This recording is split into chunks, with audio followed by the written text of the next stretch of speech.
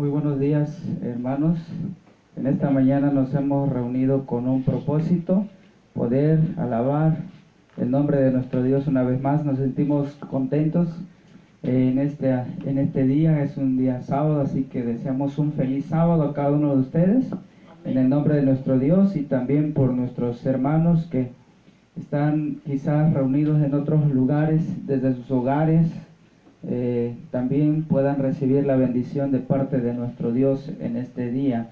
Así que vamos a comenzar, no sin antes poder colocarnos de rodillas para tener la palabra de oración. Así que les invito a que doblemos de una manera reverente nuestras rodillas para poder tener la oración para comenzar nuestro programa.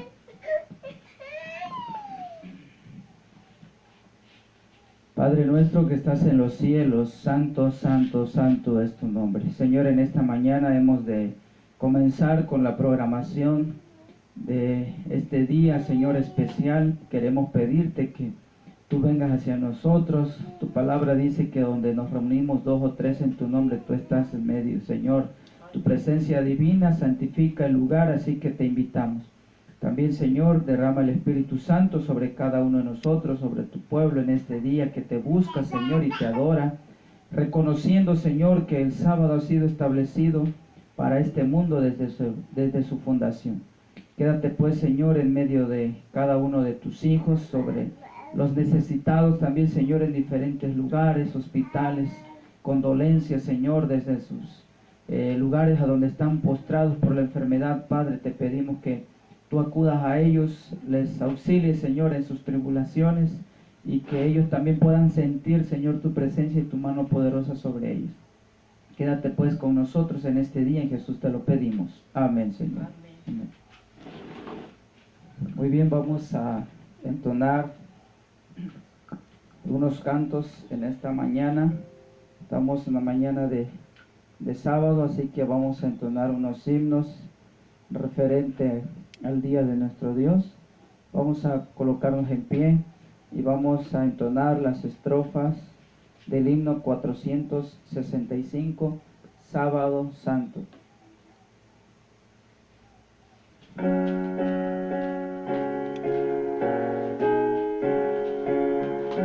a cantar. Sábado Santo de Jehová, es este día de solas, en él adoro al Hacedor, y haya mi alma así la paz, y haya mi alma así la paz. Todas sus horas santas son, nunca las vivo para mí, y nada me perturba así. Mi comunión feliz con Dios, mi comunión feliz con Dios. Esta delicia semanal que santifico aquí presión, me acerca al trono celestial, al alentar mi devoción, al alentar mi devoción. Todo pesar olvido hoy, dejo también mi afán cruel, del Salvador exautor Jesús, ríndole entonces culto a él, ríndole entonces culto a él. Amén. Vamos a entonar las estrofas del himno número 439. En tu nombre comenzamos. Vamos a alabar el nombre de nuestro Dios con este canto 439.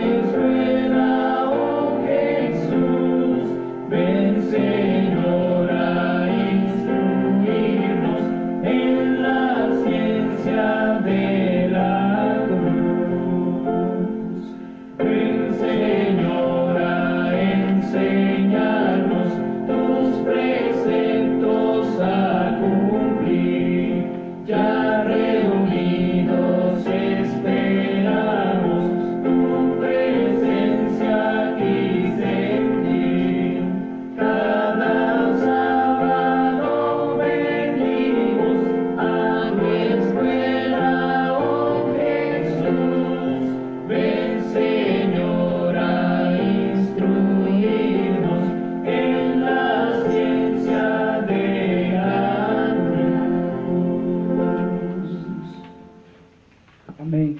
Así que antes de abrir la palabra de nuestro Dios, una vez más les invito a que doblemos nuestras rodillas, vamos a orar.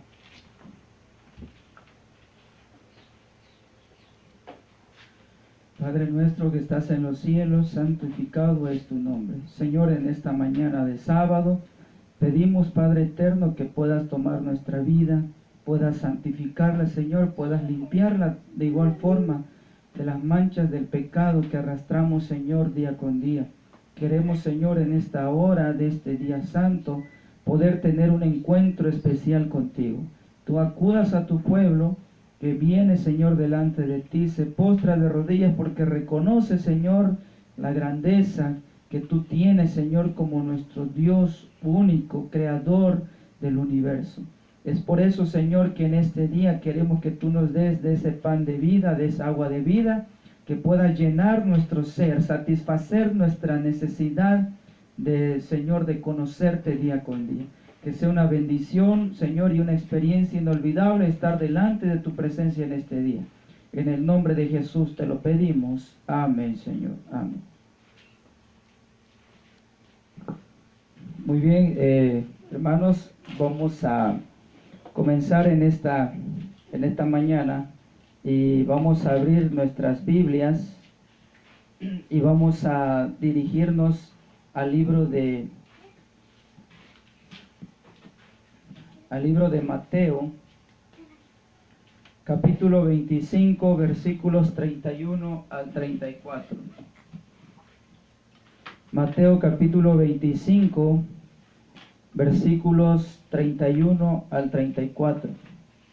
Hemos de recordar que hemos estado siguiendo una serie de temas, el cual les invitamos a que puedan ir a al perfil de la página en Facebook y poder pues invitarles a ver los temas anteriores para que podamos ahora sí llevar la secuencia y entender.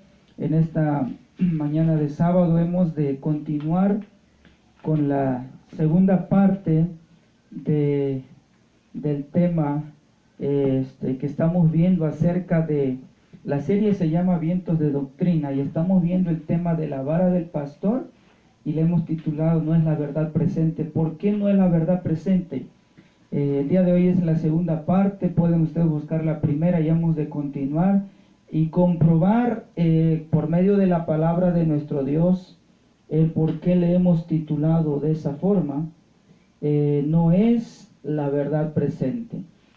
Cuando nosotros vamos a las Escrituras y podemos ver las verdades que nos habla la misma palabra de nuestro Dios, nos damos cuenta entonces, hermanos, cómo los vientos de doctrina están azotando fuertemente al pueblo de nuestro Dios.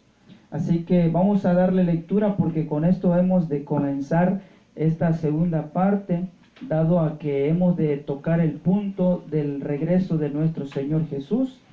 En Mateo 25, versículos 31 al 34, dice la palabra de nuestro Dios: y enviará a sus ángeles con gran voz de trompeta y juntará a sus escogidos de los cuatro vientos desde un extremo del cielo hasta el otro.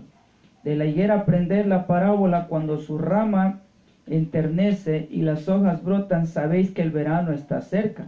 Así también vosotros, cuando veáis todas estas cosas, sabed que está cerca a las puertas. Verso 34, de cierto os digo, no pasará esta generación hasta que todo esto, dice, acontezca. ¿Sí? Y la palabra de nuestro Dios nos habla respecto a la segunda venida de nuestro Señor Jesús. Ahí mismo en Mateo capítulo ahora 25, versículos 31 al 34, hemos de ver entonces aquí en estos versos algo interesante, algo especial. Vamos a leer lo que dice Mateo 25, versos ahora 31 al 34. De igual forma, nos habla en este capítulo respecto a la venida de nuestro Señor Jesús. Y aquí está entonces la cita. Dice la palabra de nuestro Dios, ¿sí? Dios establecerá entonces su reino. La pregunta es, ¿cuándo será esto? Dice entonces Mateo 25, 31 al 34, cuando el Hijo del Hombre venga en su gloria y todos los santos ángeles con él, entonces se sentará en su trono de gloria y serán reunidas delante de él todas las naciones y apartará los unos de los otros, como aparta el pastor las ovejas de los cabritos. Pondrá las ovejas a su derecha y los cabritos a su izquierda. Entonces el rey dirá a los de su derecha: venid, benditos de mi Padre, heredad el reino preparado para vosotros desde la fundación, dice, del mundo. Y aquí estamos viendo algo clave entonces en el versículo 34. Las palabras de nuestro Señor Jesús viniendo en las nubes de los cielos serán heredad del reino preparado. ¿Hasta qué momento? Por eso decía el título del encabezado: Dios establecerá su reino, pero ¿cuándo será esto? ¿Será antes o después de la venida de Cristo? El verso 34 es clave entonces para comenzar con el mensaje de esta mañana. El título entonces, el cual le hemos puesto, y es la secuencia del mensaje, el mensaje anterior, es la vara del pastor no es la verdad presente, segunda parte. ¿Y por qué? ¿Por qué no es o no puede ser la verdad presente, hermanos? Es por eso que nos hemos empeñado, con la ayuda de nuestro Dios, con ayuda de los escritos, tanto la Biblia y el espíritu de profecía, para poder presentar este tipo de temas.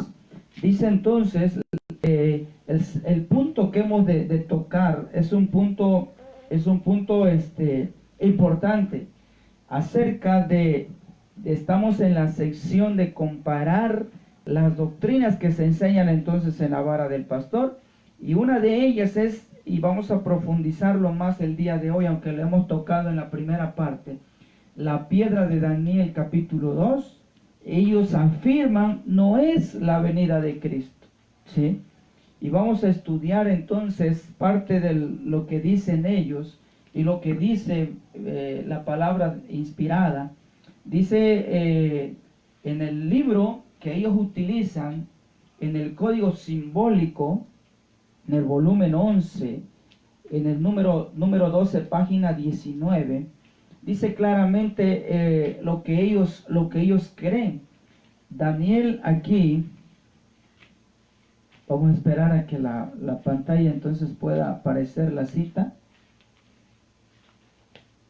que es lo que ellos entonces sostienen, que es lo que ellos presentan. Ahí está. Ellos dicen esto en el libro Código Simbólico, ¿sí? En el volumen 11, el número 12, página 19. Después de 1938, Daniel aquí describe cómo los gobiernos terrenales llegan a su fin, no como la tierra llega a su fin. O sea, la piedra no es la segunda venida de Cristo, como nosotros los adventistas hemos enseñado. Entonces, la vara del pastor enseña que la iglesia es la piedra, y no la piedra representa a Cristo en su segunda venida. Ellos afirman claramente esto desde esos años, y hemos ido al código simbólico que ellos enseñan en el volumen 11, número 12, en la página 19, y ellos comienzan entonces mostrando esto que vemos ahora mismo en pantalla. Vamos a hacerlo un poco grande. Dice aquí, esta edición, aquí está, miren la edición allá abajo, la que ellos utilizan, hecho en Texas o Texas, como se le pueda conocer, 1956. Dice lo siguiente, esta declaración que está en letras negritas: y consumirá todos estos reinos, pero él permanecerá para siempre, de la manera que viste que del monte fue cortada una piedra, no con mano, la cual desmenuzó el hierro, el bronce, el barro, la plata y el oro. El gran Dios ha mostrado al rey lo que ha de acontecer en lo porvenir. Y estas son las palabras del profeta Daniel, diciéndole a Nabucodonosor: el sueño es verdadero y fiel su interpretación. ¿Sí? Hasta aquí hemos leído lo que dice el profeta Daniel, Daniel capítulo 2. Pero en la explicación que dan esto en el libro, el código simbólico, acerca de la vara del pastor, y aquí está, miren, en pantalla, ahí está arriba el encabezado, así se llama el escrito, el código simbólico, por Víctor Tacho Hutter. Dice lo siguiente, le hemos puesto incluso ahí la flecha en color roja, es la parte a la que vamos a leer. Daniel describe aquí cómo los gobiernos de la tierra llegan a su final, pero no como la tierra llega a su final. Él interpretó que la piedra es el reino, y que es el reino de Dios el que herirá a las naciones. No Cristo viniendo del cielo para llevarse a los santos, como lo hemos creído los adventistas. Jeremías llama al reino de Dios martillo, Jeremías 5:20. Entonces, en la explicación que utilizan Víctor Tacho Hutter y sus seguidores, que se le conoce como la vara del pastor, ellos creen enteramente que Daniel 2 representa reinos, y lo que está hablando aquí es el establecimiento de reinos, y es el fin de los reinos. Sabemos que los reinos de Daniel capítulo 2 comenzó con ¿quién? Vamos a hacer un repaso. La cabeza representaba ¿a quién?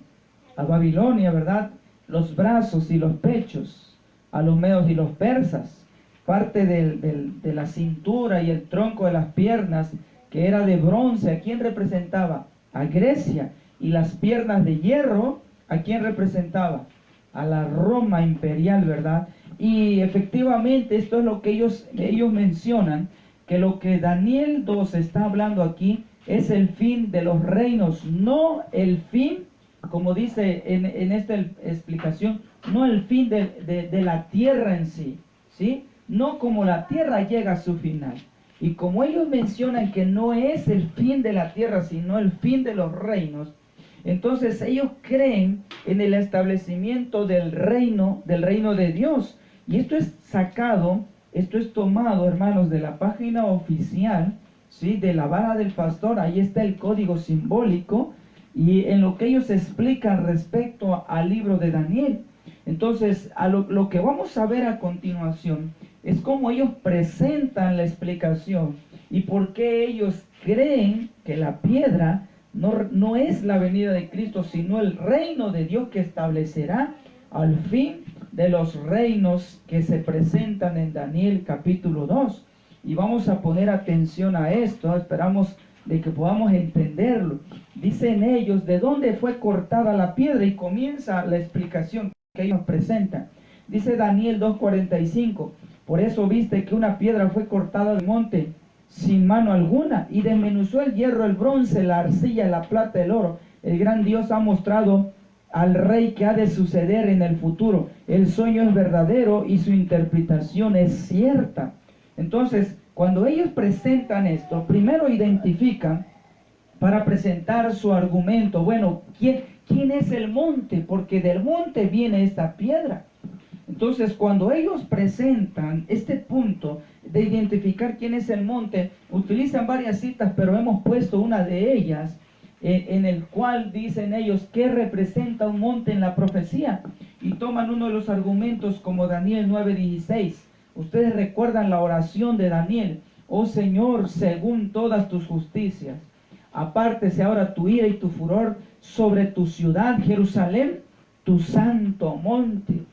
Porque a causa de nuestros pecados y por la maldad de nuestros padres, Jerusalén y tu pueblo, dados son en oprobio a todos en derredor nuestro. Y comienzan entonces a utilizar este tipo de citas como la de, estamos leyendo Daniel 9:16, en dar a entender que el monte representa al pueblo de Dios. En este caso Daniel está diciendo sobre tu ciudad Jerusalén, tu monte santo. Sabemos que Jerusalén era el pueblo de Dios. Y Daniel compara al pueblo de Dios a Jerusalén como su monte santo.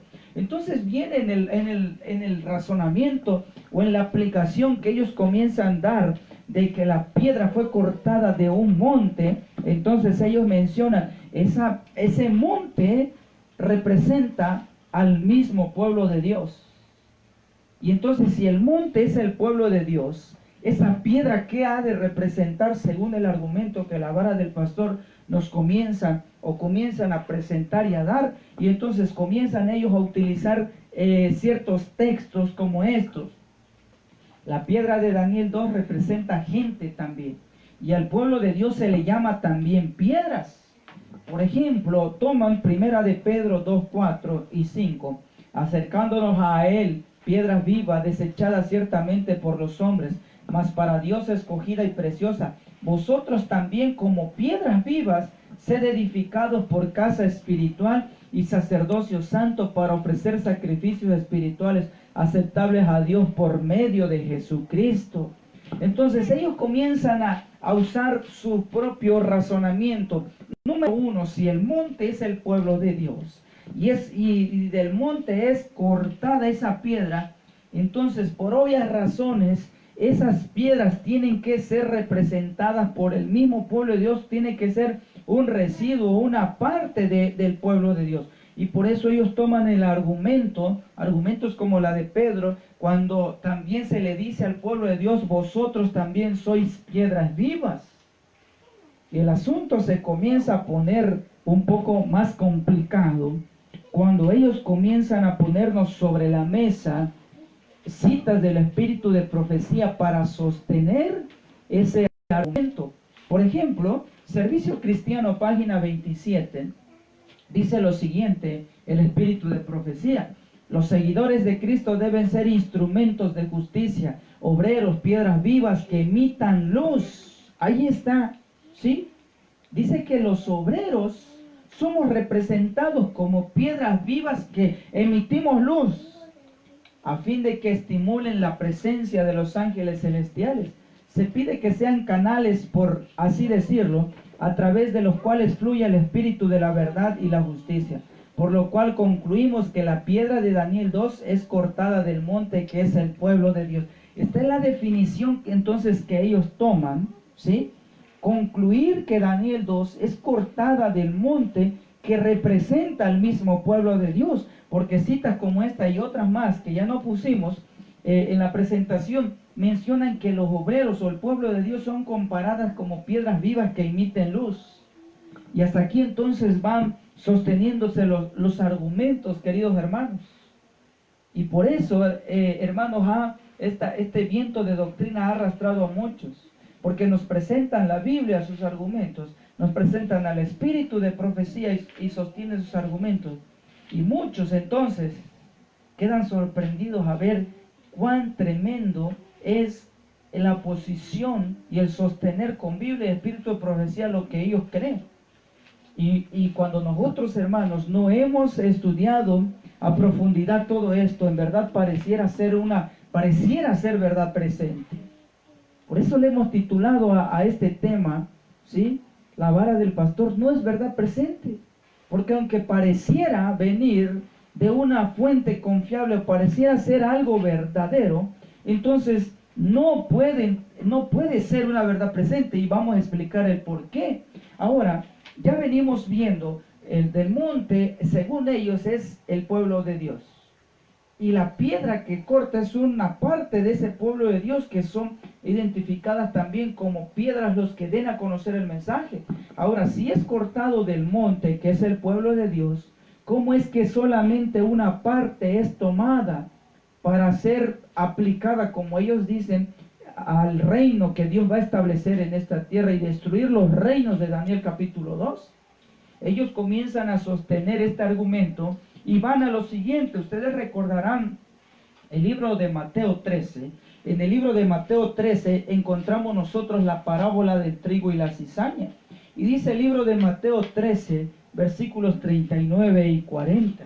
Dice la palabra de Dios, y está allí en pantalla también, por si logran alcanzar a ver lo que dice allí en pantalla. Vamos a hacerlo un poco más grande, ahí está, ¿sí? Y yo voy a leer de mi Biblia.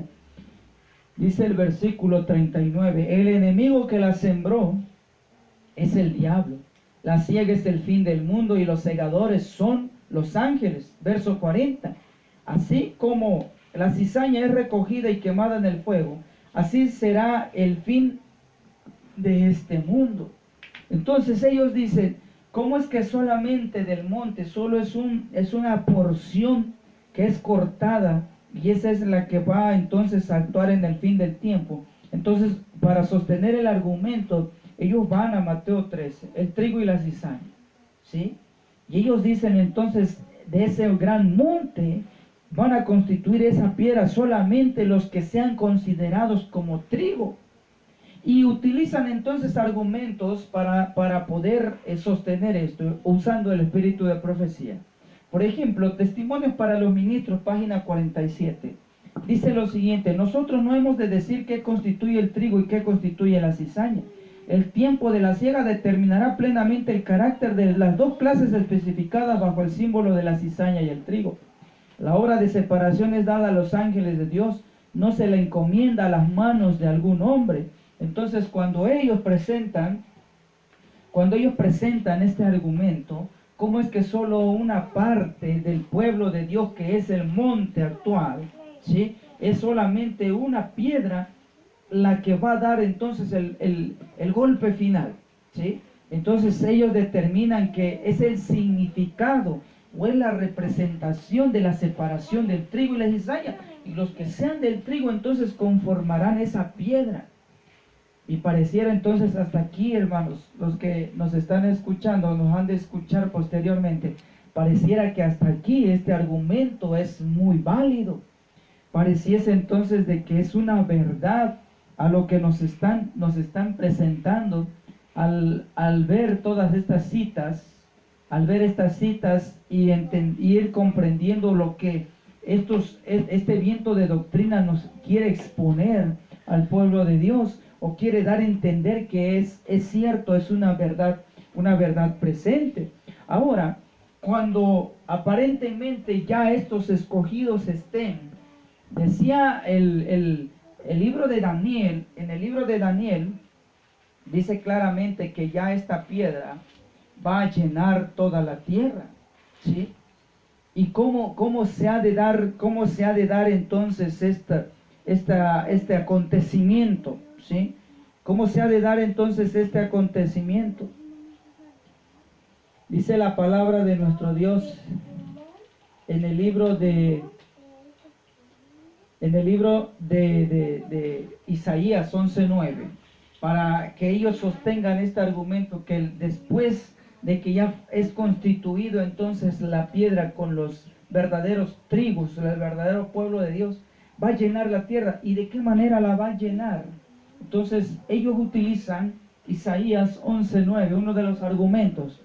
No harán mal ni dañará en todo mi santo monte, porque la tierra será llena del conocimiento de Jehová, como las aguas que cubren el mar.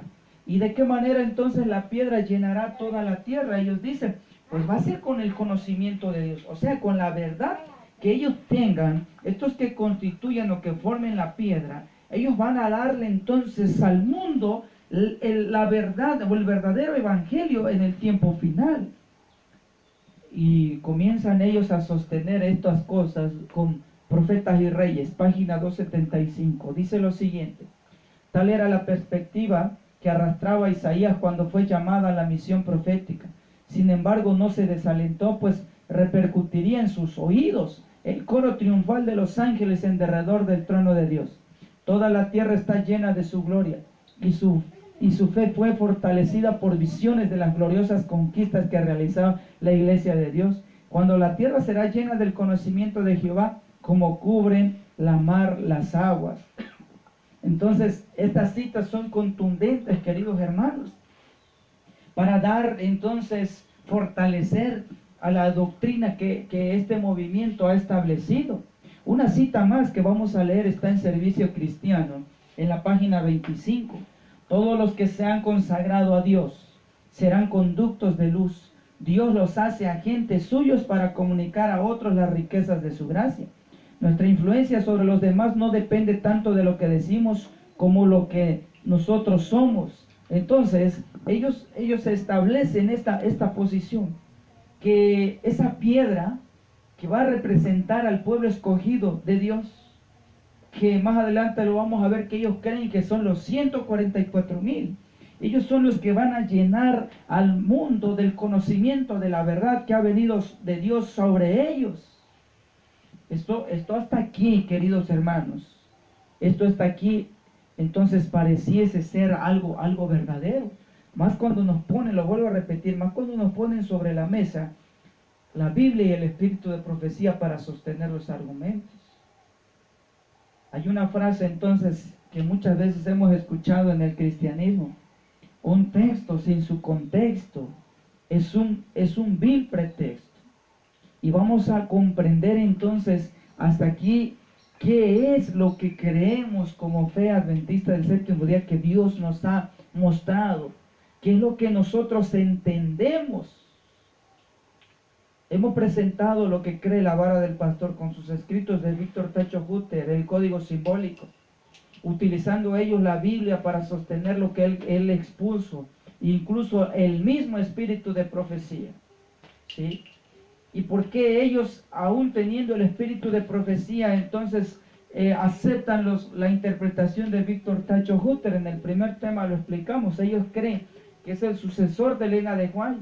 Y como es el sucesor, y él escribió la vara del pastor volumen 1, vara del pastor volumen 2, y muchos escritos más, entonces ellos hacen el complemento y comienzan ellos a tergiversar la verdad que Dios nos ha mostrado. Ahora vamos a ver lo que creemos nosotros como adventistas del séptimo día, porque parece bonito, y así en resumen lo que presenta la vara del pastor: el monte es el pueblo de Dios, y sobre ese monte sale una piedra. Esa piedra representa a un remanente de ese monte, de ese pueblo final, y esa piedra alumbra o llena la tierra con el conocimiento que Dios ha dado, y de esa forma entonces destruye a los reinos de Daniel capítulo 2. Pareciera ser entonces una verdad tremenda esto. Pero ahora vamos a anotar lo que dice la fe adventista, o lo que creemos nosotros como adventistas. Dice la palabra entonces de nuestro Dios, Mateo capítulo 25, que fue la cita a la cual comenzamos. Dios establecerá su reino, claro que lo establecerá, pero ¿cuándo será esto? Dice entonces Mateo 25, 31, estamos hablando cuando Cristo está viniendo en las nubes de los cielos, cuando el Hijo del Hombre venga en su gloria, todos los santos ángeles con él. Entonces se sentará en su trono de gloria, y serán reunidas delante de él todas las naciones, y apartará los unos de los otros, como aparta el pastor las ovejas de los cabritos. Pondrá las ovejas a su derecha y los cabritos a su izquierda. Entonces el rey dirá a los de su derecha: venid, benditos de mi Padre, heredad el reino preparado para vosotros desde la fundación del mundo. Y ojo aquí con el verso 34, ¿sí? la indicación de Dios, de Jesús, de entrar, de tomar su reino, es exactamente en este momento cuando Él venga en su gloria, como dice el verso 31. No es antes la conformación del reino de Dios. Si ustedes recuerdan en los días de Cristo, cuando los judíos caminaban y escuchaban hablar de Jesús, ellos estaban bajo el yugo de los romanos.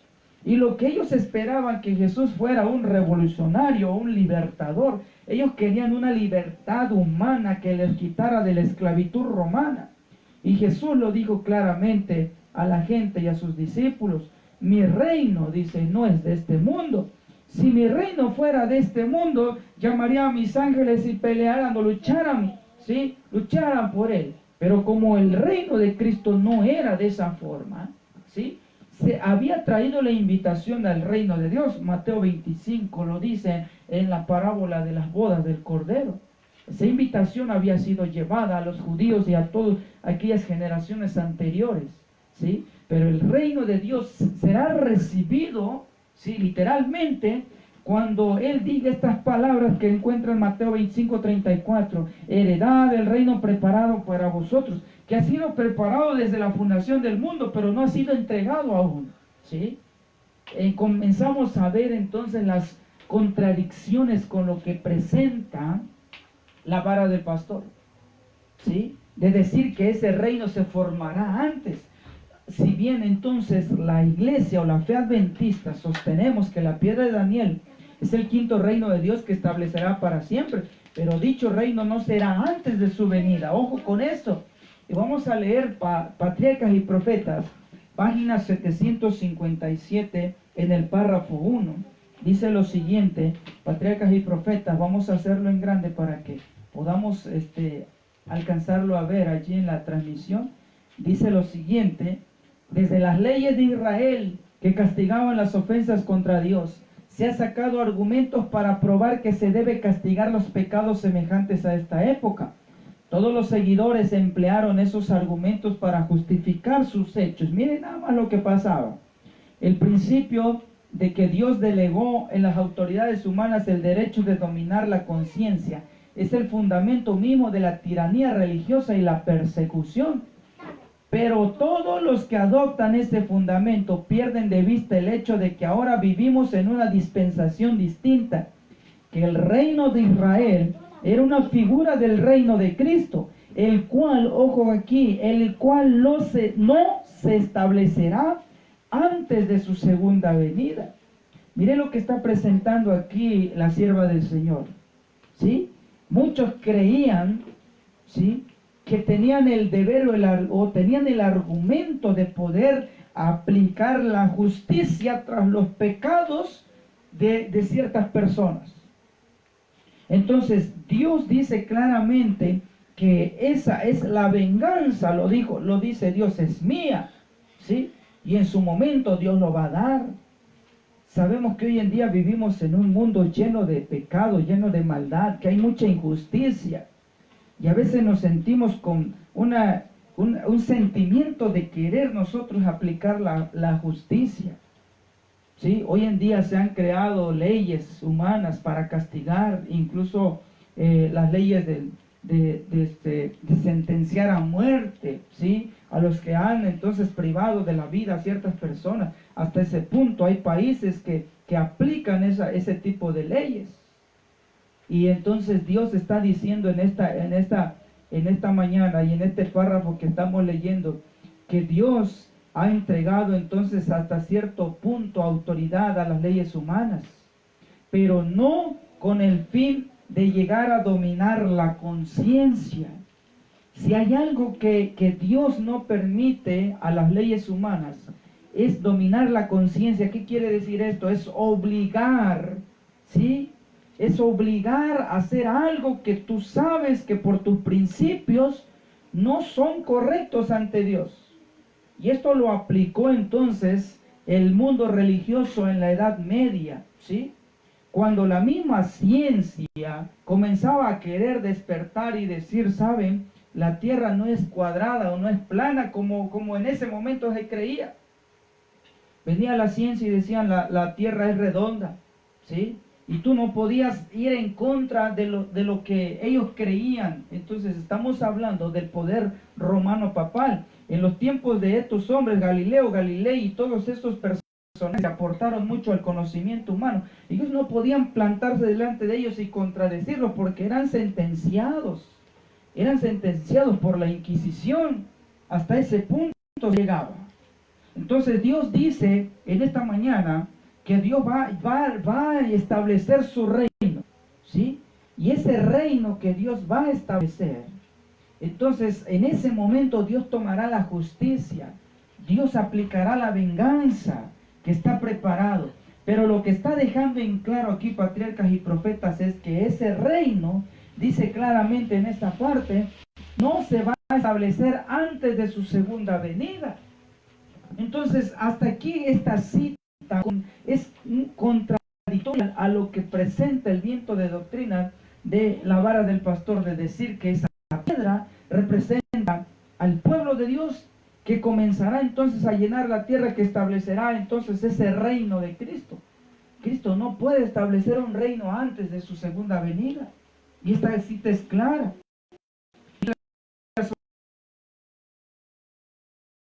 Obligaciones de la no deben ser reguladas ni impuestas por las autoridades humanas, patriarcas y profetas. Página 757 en el párrafo 1. Y profetas y reyes, dice lo siguiente: estaba mirando hasta que una piedra fue cortada, no con mano. ¿Sí?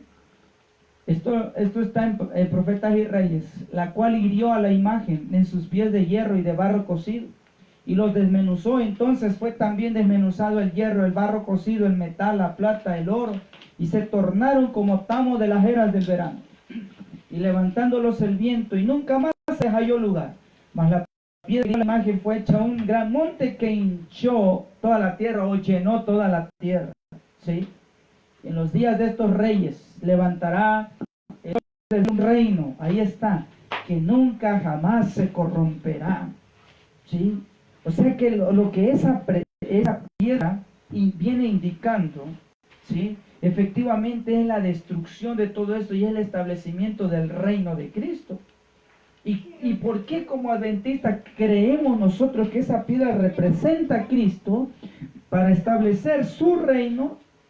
Como lo hemos creído siempre, y estos vientos de doctrina han venido a mover esa posición de muchos adventistas. Nos encontramos he tenido la oportunidad de platicar con personas del movimiento de la vara del pastor, y creen entonces profundamente que esta situación como estamos viendo ahorita, sino como sus profetas o su tercera línea, como ellos creen, a Víctor Tacho Hutter se los ha enseñado y se los ha establecido en sus escritos. Pero estamos viendo con lo que dice el espíritu de profecía. El espíritu de profecía no se puede contradecir con la Biblia, mucho menos entre ella misma. Ahora dice lo siguiente: y no será dejado a otro pueblo este reino, el cual desmenuzará y consumirá todos estos reinos, y él permanecerá para siempre, de manera que viste que el monte fue cortado una piedra, no con mano, la cual desmenuzó al hierro, el metal al tiesto, a la plata y al oro. El gran Dios ha mostrado al rey lo que ha de acontecer en el porvenir, y el sueño es verdadero y él su interpretación. Dice claramente esta cita, que este reino no va a ser dejado a otro pueblo, o sea, no va a ser dejado a un pueblo literalmente humano, sino que este reino le pertenece a Dios. Hasta aquí entonces vamos dejando claro este asunto. Y los pioneros adventistas tenían muy claro qué representaba todo esto, hermanos. Uno de ellos, hablando de los pioneros, Urias Smith, en el libro de Daniel y Apocalipsis, presenta entonces también la explicación. Dice claramente: el Dios del cielo establecerá su reino, dice el título de esto. Estamos leyendo el libro de Daniel y Apocalipsis, página 71, en el párrafo 2. Aquí llegamos a un punto culminante de esta profecía estupenda, dice Urias Smith: cuando el tiempo en su avance nos lleve a la cena sublime aquí predicha, habremos llegado al fin de la historia humana. el reino de Dios. Sí, es lo que esperamos, ¿verdad? Es lo que tanto anhelamos como cristianos. Grandiosa provisión para una dispensación nueva y gloriosa, en la cual su pueblo hallará el feliz término de la triste e inmundable carrera de este mundo degradado. Cuán gozosa transformación para todos los justos, de la lobreguez a la gloria, a la guerra, a la paz, de un mundo pecaminoso a otro santo, de la muerte a la vida, de la tiranía a la opresión al estado feliz de libertad y bienaventurados privilegios de un reino celestial. Gloriosa transición de la debilidad a la fortaleza, de lo mutable a lo decadente, a lo inmutable y eterno. ¿Sí? Qué bonita expresión de este pionero. Lo que tanto anhelamos. Ya no más muerte, ya no más dolor, ¿sí? Porque las primeras cosas pasaron. Y todo esto torna o se escucha algo maravilloso y bonito. Pero pregunta Urias Smith, ¿pero cuándo ha de establecerse este reino? ¿Puede recibir respuesta a una pregunta de tanta importancia para nuestra familia humana? ¿Sí? Miren nada más qué preguntas tan tremendas. Estas son interrogantes acerca de las cuales la palabra de Dios no nos deja en la ignorancia. Ahí está, miren, Urias Smith lo tenía claro. El pueblo de Dios, los pioneros adventistas lo tenían claro, ¿sí? ¿Cuándo va a establecerse el reino de Dios? Dice, Dios no nos ha dejado en la ignorancia. Dice lo siguiente, la Biblia afirma claramente que el reino de Dios era todavía futuro en ocasión de la última Pascua de nuestro Señor. Cuando Él hablaba ya en Mateo 26, 29, Él lo ponía pues obviamente al futuro. Cristo no estableció el reino antes de su ascensión. Miren nada más estos argumentos. Hechos 1:6 declara además que ni la carne ni la sangre pueden heredar el reino de Dios. 1 Corintios 15:50.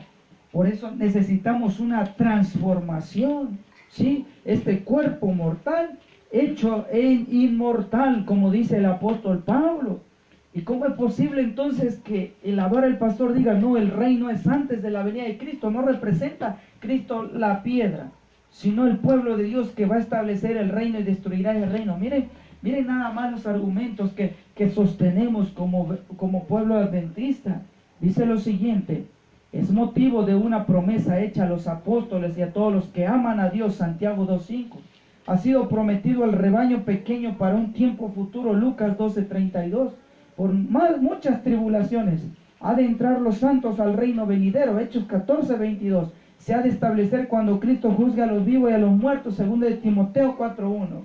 Y ahora, dando todos estos argumentos y las citas bíblicas, por último, Urias Smith dice lo siguiente, ello sucederá, o sea, el reino de Dios se establecerá cuando venga en su gloria con todos sus santos ángeles. Mateo 25, 31 al 34. ¿Sí? Y esto es lo que hemos sostenido por mucho tiempo como fe adventista, queridos hermanos. Cristo, ¿sí?, es el encargado de destruir al pecado y a los reinos de este mundo. Dice claramente Daniel, ¿sí?, que esta piedra, en el versículo 39, perdón, en el versículo 43, 44, en cuanto a lo que vistes, el hierro mezclado con el barro se mezclarán por medio de simiente humana, mas no se unirá el uno con el otro como el hierro no se mezcla en el barro. Estamos viviendo en ese periodo. Verso 44, y en los días de estos reyes, el Dios del cielo levantará un reino que jamás será destruido. Y ese reino no será dejado a otro pueblo, desmenuzará y consumirá todos estos reinos y él permanecerá para siempre. De la manera que viste que del monte fue cortada una piedra, no con mano la cual desmenuzó al hierro, al bronce, al barro, la plata, el oro, el gran Dios ha mostrado al rey de los que ha de acontecer en lo porvenir, y el sueño es verdadero y fiel su interpretación. Verso 45. ¿Sí? Si hasta aquí hemos demostrado que como fe creemos que ese reino sí se va a establecer, pero no puede ser antes de la venida de Cristo, entonces, ¿qué representa ese monte? ¿Dónde se encuentra ese monte? Y así como A la hora del pastor da sus argumentos que el pueblo de Dios es representado como un monte, ¿sí? Entonces, si hemos entendido que no representa literalmente al pueblo de Dios en esta aplicación dada a Daniel 2, porque en su momento sí Dios le llamó entonces como un monte a Israel, Dios la fundó y no solo lo menciona como un monte, sino como una vid, como una verdadera vid. Y lo hemos estudiado en el tema de cómo cuando Cristo vino a esta tierra se encontró con el pueblo judío. Los judíos se afianzaban solamente por ser descendientes de sangre judía y creían que por eso ya eran entonces salvos. Pero Dios hizo a un lado entonces ese pueblo. Entonces, ¿a quién representa este monte? De donde la piedra es cortada. Y vamos a analizar el versículo 45 del libro de Daniel capítulo 2. Dice entonces, aquí están estas citas que hemos tomado para darle explicación respecto al monte.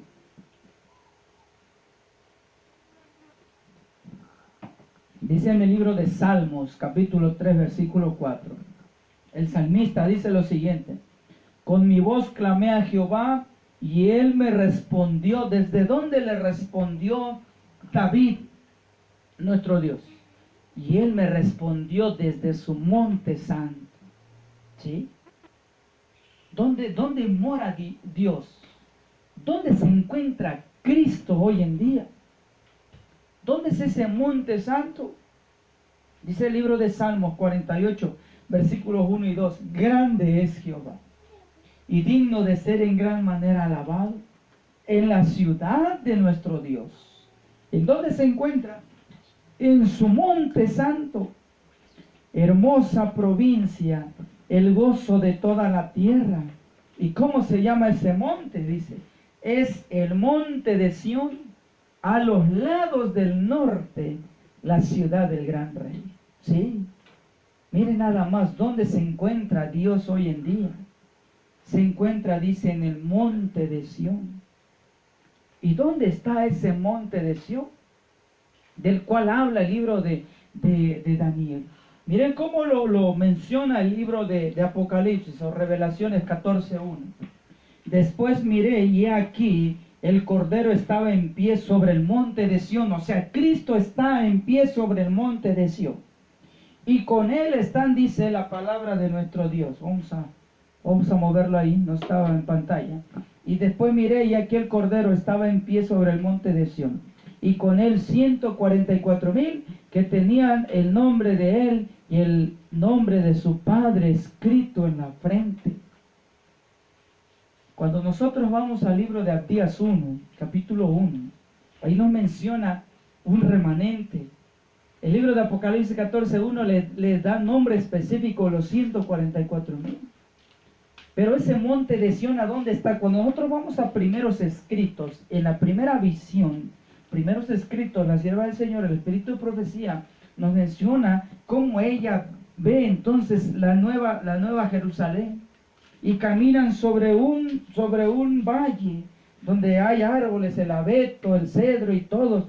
Se topa incluso con ciertos pequeños jugando por ahí, dice, y nos encaminamos y caminamos y de repente ahí estaba, dice, el monte de Sión. Y sobre el monte de Sión, ahí estaba el templo de Dios. Aquel que dice Habacuc 2:20, ¿sí? Jehová está en su santo templo, calle delante de él toda la tierra. Ese monte, está el templo, está el santuario donde se está entonces haciendo el juicio investigador desde el 22 de octubre de 1844. Es ahí a donde se encuentra Cristo entonces hoy en día. En ese monte se encuentra Cristo Jesús oficiando en el santuario celestial, en el lugar santísimo. Y de ese monte tiene que salir.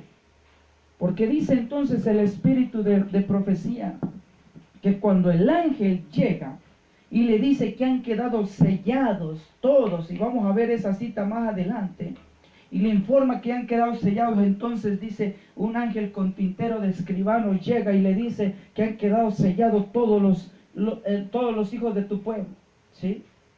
Entonces Cristo suelta el incensario y exclama, consumado es, se acabó, Se acabó el tiempo de gracia. Apocalipsis dice, y el que siga siendo sucio, ensúciese todavía. ¿Sí? El que es sucio, ensúciese todavía. El que es santo, santifíquese todavía. Porque se escuchará esas palabras desde el monte de Sión, desde el santuario celestial. Y la palabra de nuestro Dios nos dice que se quitará las vestiduras de sumo sacerdote y se pondrá entonces la vestidura de rey de reyes y señor de señores, y saldrá de ese lugar para dirigirse entonces hacia la tierra. Es ahí entonces que desde el monte de Sión sale esa piedra que representa entonces a Cristo Jesús. ¿Y cómo podemos sostener nosotros que es Cristo Jesús? En el libro de Isaías lo dice también el apóstol Pablo, Isaías 28:16.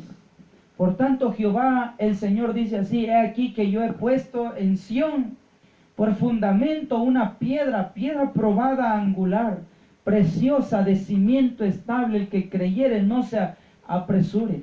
¿Y quién es esa piedra? Esa piedra angular, el apóstol Pablo lo dice en la carta a Efesios 2:20, edificado sobre el fundamento de los apóstoles y los profetas, siendo la principal piedra del ángulo Jesucristo mismo. ¿Sí? Cuando nosotros hablamos de edificación, de construcción, ¿sí?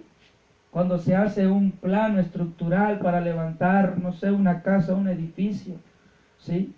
Lo que hoy en día se conoce como la arquitectura, la ingeniería, establecer los planos, siempre entonces van los fundamentos establecidos para que esa construcción entonces tenga prácticamente una durabilidad de muchos años, y por eso se necesita un buen fundamento. Hablando en el contexto espiritual, Cristo representa entonces a esa piedra angular, aquello que todo lo demás, todo el cristianismo, toda la fe cristiana se mueve en torno a Cristo Jesús. Y por eso hoy en día no puede existir o no debería existir tantas denominaciones religiosas si dependemos de un mismo Cristo. Utilizamos una misma Biblia, el mundo protestante, pero hoy en día es lamentable ver infinidad de denominaciones religiosas creyendo diferentes cosas cuando tenemos a un mismo Cristo. Es una misma Biblia, es una misma fe a la cual está establecido todo. Cuando nosotros nos alejamos de esto, dice la palabra de Dios, Mateo 21, 42 al 44. Vamos a leer lo que dice el libro de Mateo. Esto lo menciona el mismo Cristo Jesús. Las palabras, Mateo 21, versículos 42 al 44. Mire lo que dice Cristo, las mismas palabras de Cristo Jesús. Dice así, en esta mañana: Jesús le dijo: ¿nunca leísteis en la Escritura, la piedra que desecharon los edificadores ha venido a ser la cabeza del ángulo? El Señor ha hecho esto, y es cosa maravillosa en nuestros ojos. Por tanto os digo, el reino de Dios será quitado de vosotros, y será dado a una nación que produzca los frutos de él. Y el que cayere sobre esta piedra será quebrantado, y sobre quien ella cayere le desmenuzará. ¿Sí? Ojo a lo que está diciendo aquí nuestro Señor Jesús.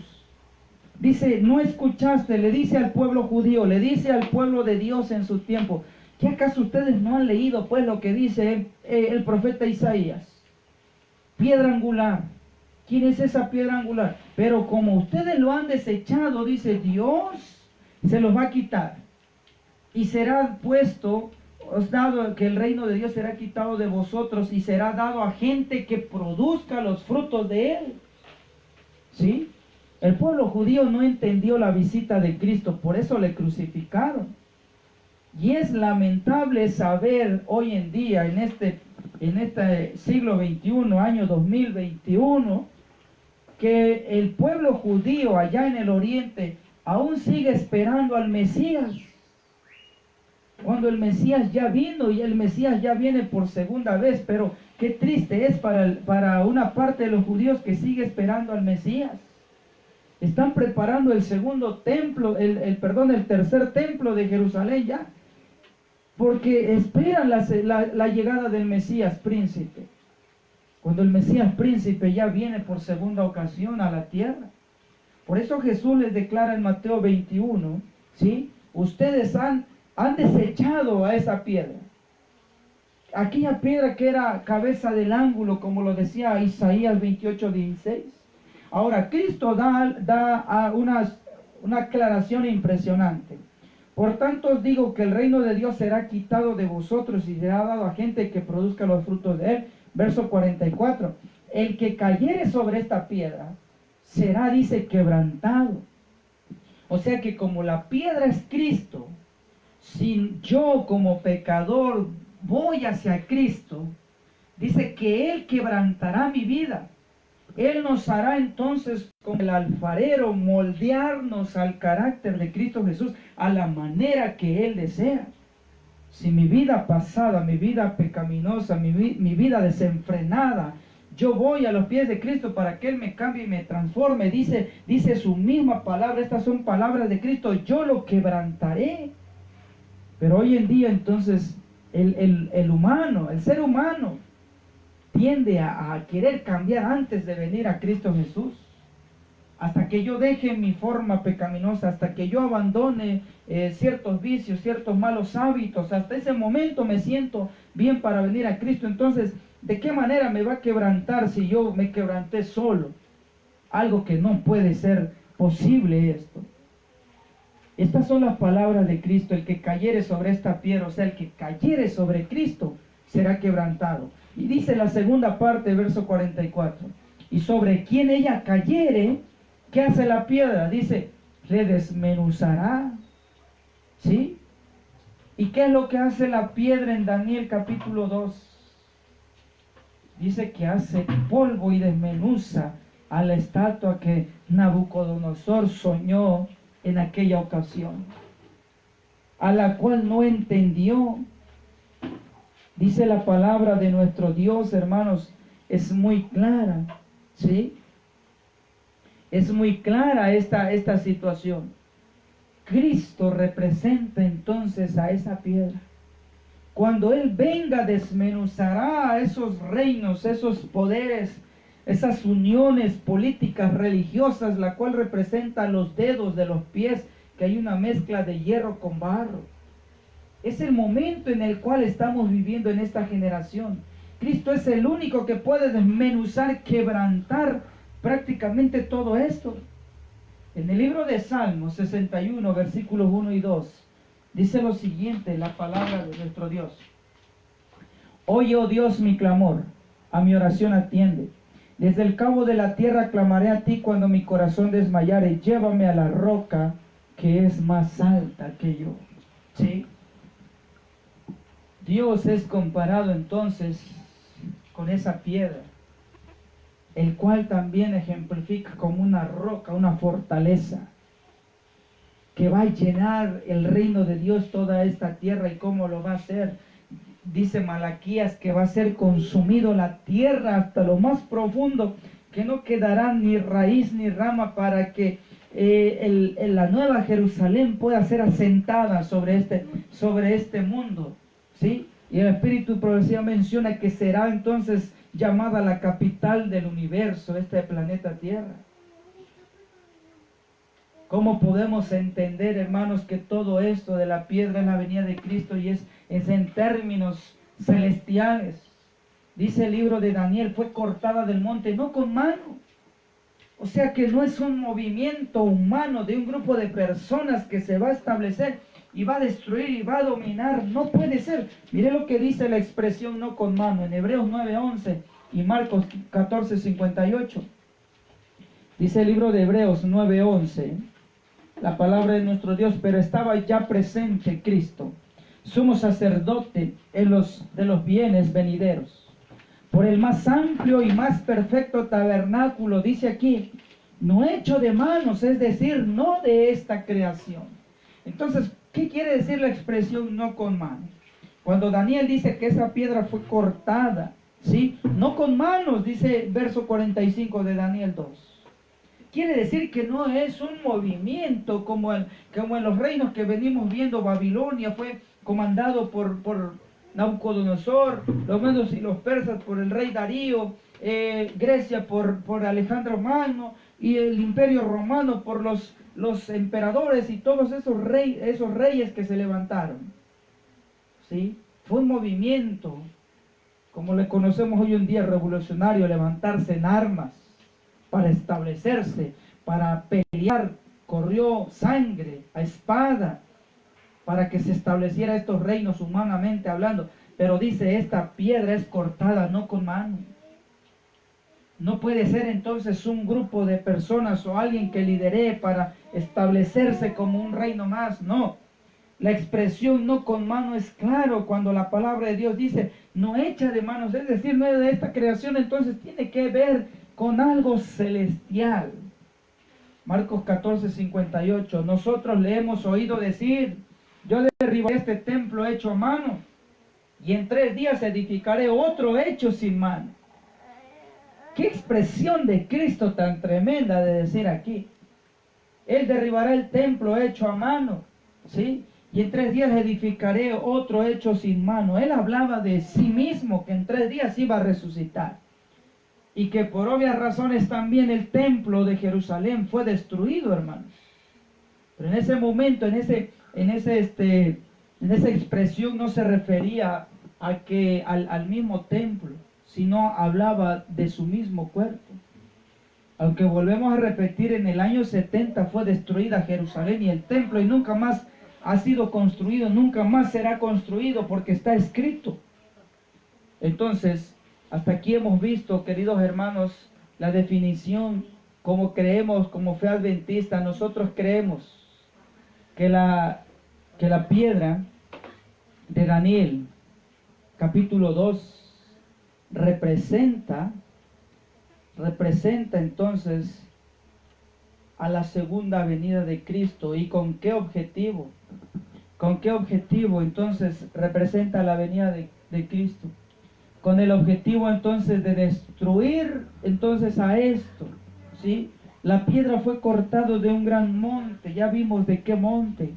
¿Quién representa esa piedra? ¿Qué hace esa piedra? ¿Hasta qué es capaz de hacer esa piedra? Y ahora sí que refutamos este viento de doctrina de la vara del pastor, ¿sí? De establecer entonces principios que no son correctos o forman parte de nuestra fe como adventistas del séptimo día.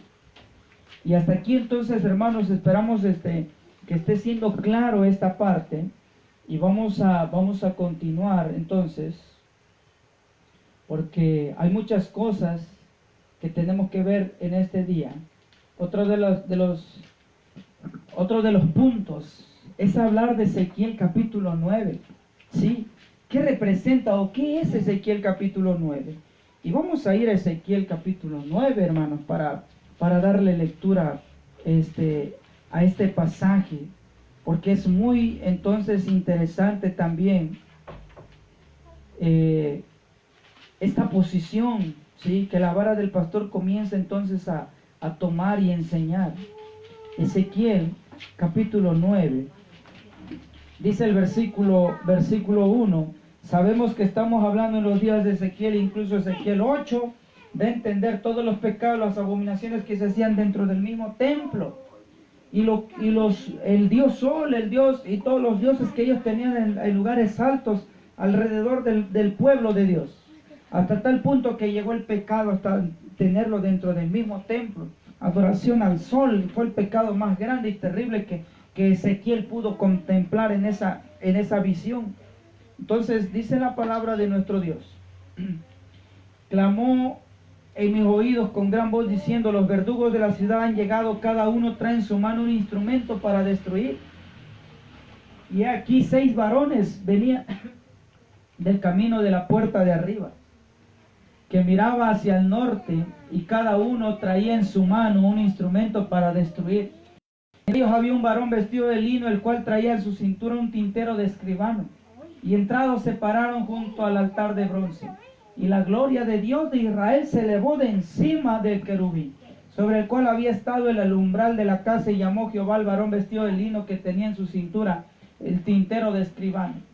Y le dijo Jehová: pasa por en medio de la ciudad, por en medio de Jerusalén, ponles una señal en la frente a los hombres que gimen y que claman a causa de todas las abominaciones que se hacen en medio de ella.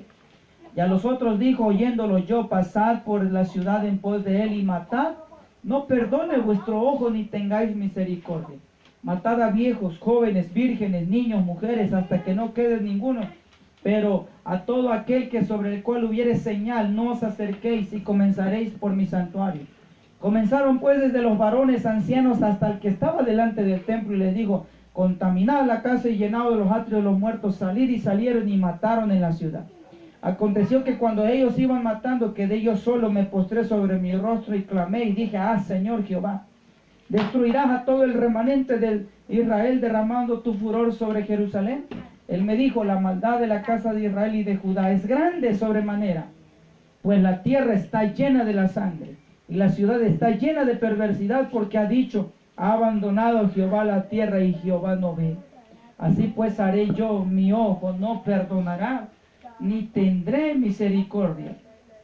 Haré recaer el camino de ellos sobre sus propias cabezas. He aquí que el varón vestido de lino que tenía el tintero en su cintura respondió una palabra diciendo: he hecho conforme a todo lo que me mandaste. ¿Sí? Y esta expresión, entonces, queridos hermanos, he hecho, ¿sí?, conforme a todo lo que me mandaste. Sí, no se olviden de esta expresión, porque esto, queridos hermanos, miren, vamos a leer este asunto en La Vara del Pastor, volumen 2, página 18, sí, que es un escrito de Víctor Tacho Hutter. ¿Quiénes son los muertos bajo los 5 verdugos con la espada desvainada de Ezequiel 9? Ellos responden de la siguiente manera, ¿sí?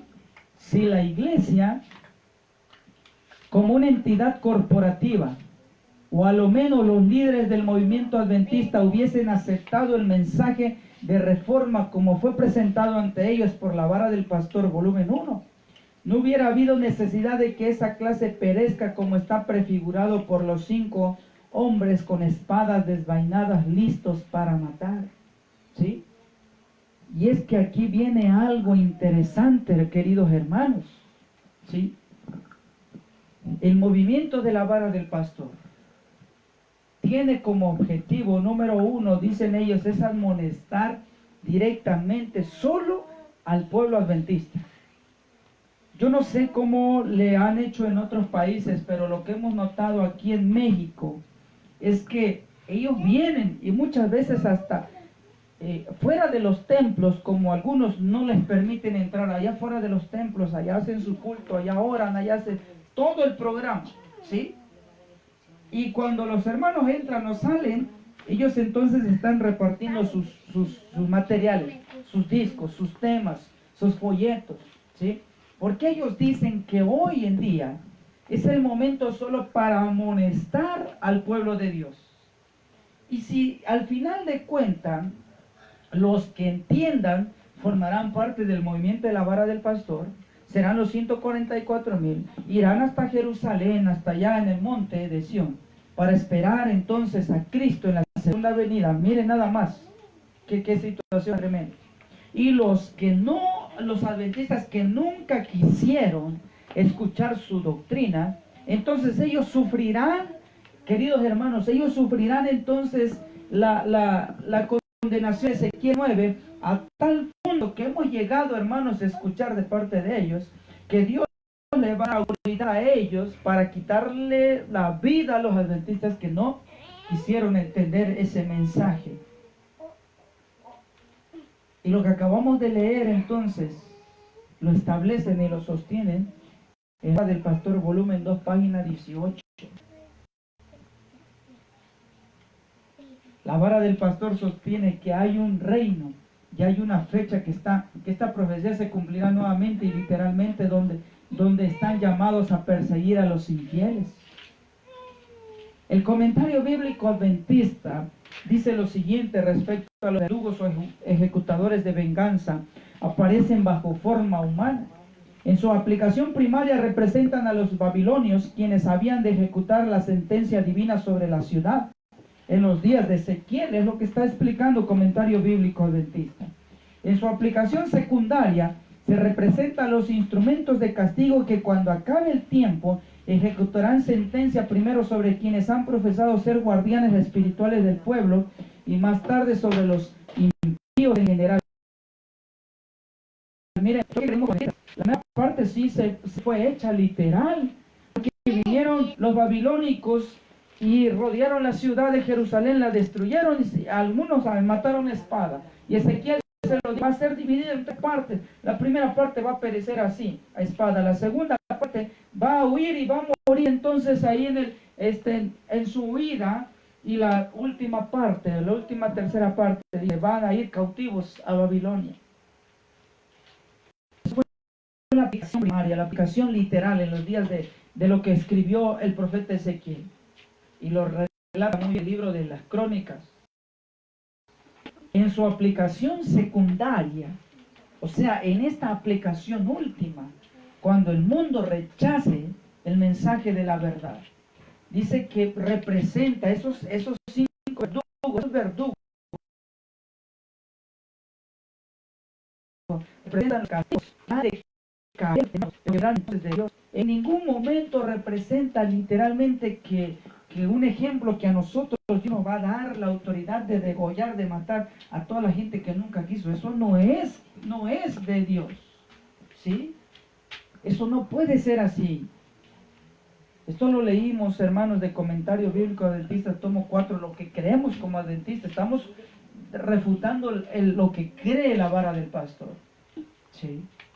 Y la palabra de nuestro Dios entonces, hermanos, es claro. Joya de los Testimonios en el tomo 1, página 335, párrafo 3. El verdadero pueblo de Dios, que toma a pecho el espíritu de la obra del Señor y la salvación de las almas, verá siempre el pecado en su verdadero carácter pecaminoso. Estará siempre de parte de los que denuncian claramente los pecados que tan fácilmente asedian a los hijos de Dios, especialmente en la obra final que se hace en favor de la iglesia en el tiempo del sellamiento. Los 144,000, ¿sí?, que han de subsistir sin defecto delante del trono de Dios, sentirán muy profundamente los hierros de los que profesan ser hijos de Dios.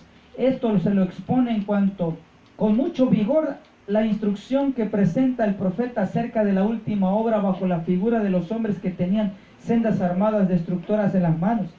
Entre ellos había uno vestido de lino que tenía a su lado un tintero, y le dijo Jehová: pasa por el medio de la ciudad, por medio de Jerusalén, ponles una señal en la frente a los hombres que gimen y que claman a causa de todas las abominaciones que se hacen en medio de ella. Ezequiel capítulo 9, versículo 4. Quienes siguen el consejo de Dios en este tiempo, pregunta 2, son los que excusan virtualmente los hierros que entre los profesos del pueblo de Dios, quienes murmuran en su corazón, sino abiertamente contra los que quieren o quisieran reprender el pecado, o son aquellos que se oponen y simpatizan con los que contemporizan con el mal. No, en verdad, a menos que se arrepientan y dejen la obra satánica de oprimir a los que tienen la preocupación de la obra y dar la mano a los pecadores de Sión, nunca recibirán el sello de la aprobación de Dios. Si bien, hermanos, el pueblo de Dios, el verdadero pueblo de Dios en este último tiempo, tiene que denunciar claramente los pecados, porque así debe de ser. Debemos de saber diferenciar, hermanos, el pecado en su verdadero carácter pecaminoso, y nuestro deber es denunciarlo. Pero hasta ahí termina entonces nuestra posición, nuestra obra. Más allá ya no podemos nosotros aplicar un castigo si las personas no quisieron entender. No podemos agarrarlos a golpes para obligarlos a aceptar lo que la palabra de Dios dice. Eso no forma parte del mensaje, ¿sí? Y si en verdad nosotros queremos formar parte del pueblo escogido, de los que serán sellados, dice, tenemos que entonces abandonar el pecado y y de esa forma, con la ayuda de Cristo, vamos a obtener el sello de la aprobación de nuestro Dios. Es lo que está mencionando en el libro Joya de los Testimonios, ¿sí? La palabra de nuestro Dios entonces dice esto, lo que acabamos de leer, ¿sí? Y con esto refutamos entonces el asunto de que algún ser humano Dios le dé autoridad para acabar con aquellos que no quieran obedecer los principios. Dios no actúa de esa manera. Ahora, ¿cuándo se acaba el sellamiento? ¿Sí? ¿Cuándo se acaba el sellamiento? Dice entonces lo siguiente: ¿continuará este sellamiento hasta el cierre de gracia? Dice La Barra del Pastor, volumen 1, página 35. Utilizando incluso también en ese párrafo a primeros escritos. Este sellamiento de los 144,000 no se puede extender hasta el cierre de gracia. Escuchen nada más. El sellamiento de los 144,000 dice no se puede extender hasta el cierre de gracia. Porque ellos deben ser sellados mucho antes de ese tiempo y deben terminar antes del fuerte clamor del mensaje del tercer ángel. Y ellos respaldan esto con primeros escritos, página 277. Dice: vi ángeles que apresuradamente iban y venían de un lado al otro. Bajaban a la tierra y volvían a subir al cielo como si preparasen para cumplir algún notable acontecimiento. Después vi otro ángel poderoso al que ordenó que bajase a la tierra y uniese su voz a la del tercer ángel para dar fuerza y vigor a su mensaje. Este ángel recibió gran poder y gloria, y al descender dejó toda la tierra iluminada con su gloria. Este mensaje parecía ser un complemento del tercer mensaje.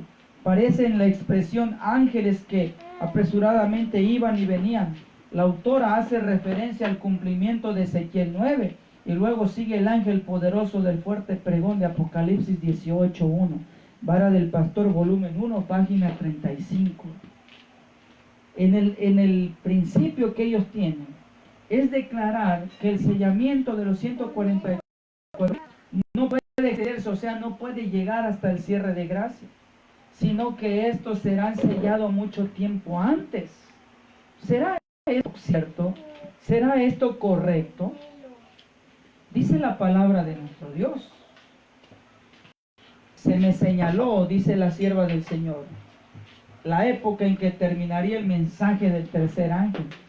¿Y cómo iba a terminar? Bueno, lo va a explicar, hermanos.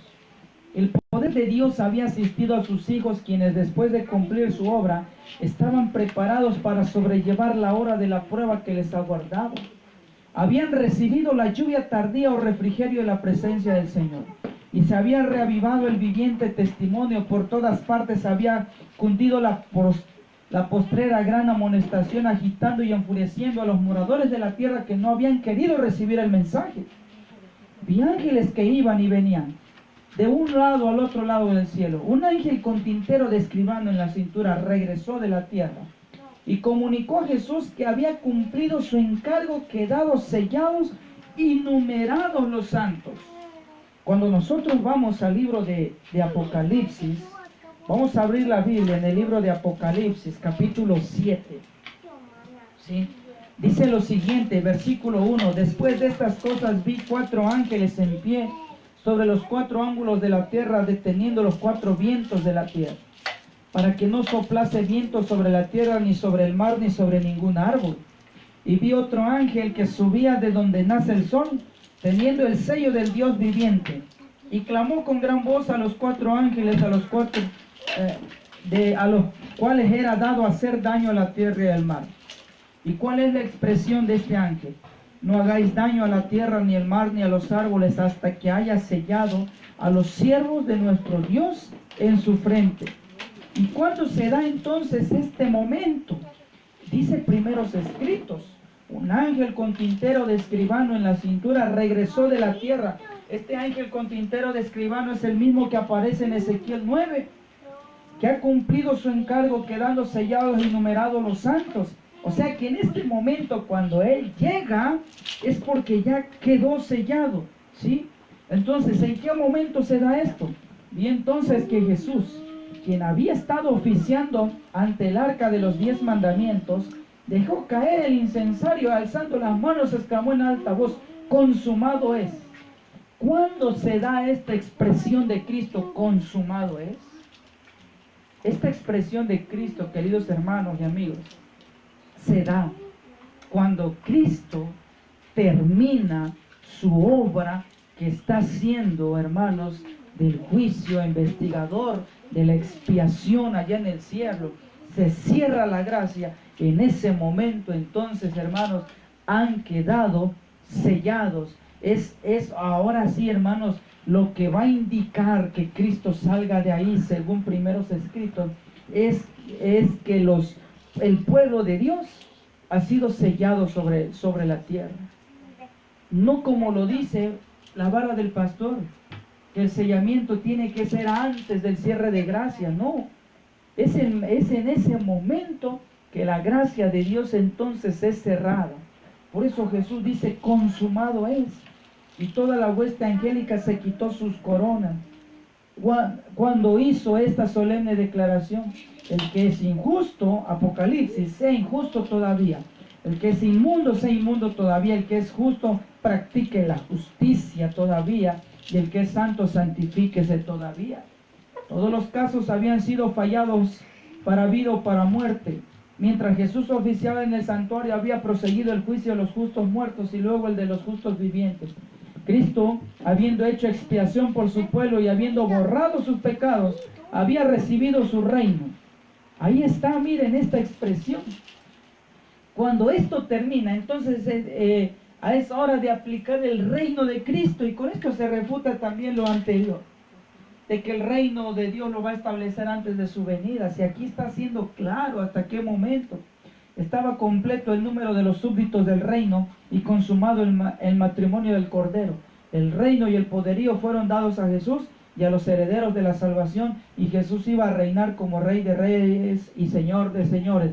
Primeros escritos, página 279 y página 280, hermano. ¿Sí? Y aquí entonces refutamos otra situación más, ¿sí?, que la vara del pastor sostiene. ¿Hasta qué punto llega la vara del pastor? Miren la declaración siguiente. Los 144,000 enseñan que son judíos de sangre que deben radicarse en Palestina, de donde saldrán a preparar el mundo para la venida del Señor. No es la voluntad que entren en controversia por cuestiones, dice la sierva del Señor, que no nos ayudarán espiritualmente, tales como quienes serán los 144,000. Fuera de duda, esto lo sabrán dentro de poco los que sean elegidos de Dios.